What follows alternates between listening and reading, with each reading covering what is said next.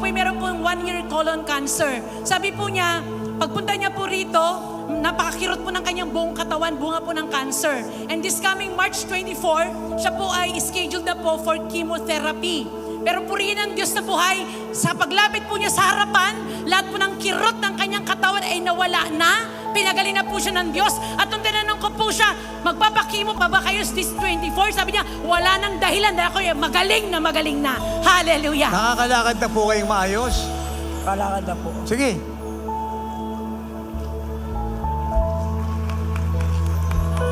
Hayaan niyo po siya.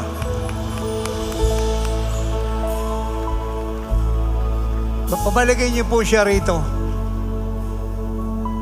Pilipinas, talo na naman si Satanas sa oras ng himala.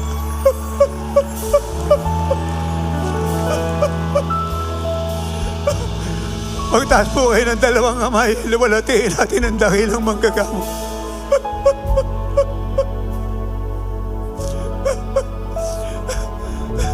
Gano'n na po kayo katagal dito?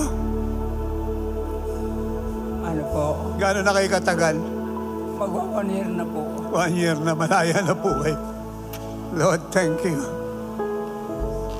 Thank you. That colon cancer is dead. Gusto ko po isagaw niyo po ng malakas. Tumingin po kayo doon sa mga camera. Sino po nagpagaling ng colon cancer niyo? Si Jesus. Palakpakan po natin si Jesus. God bless you po.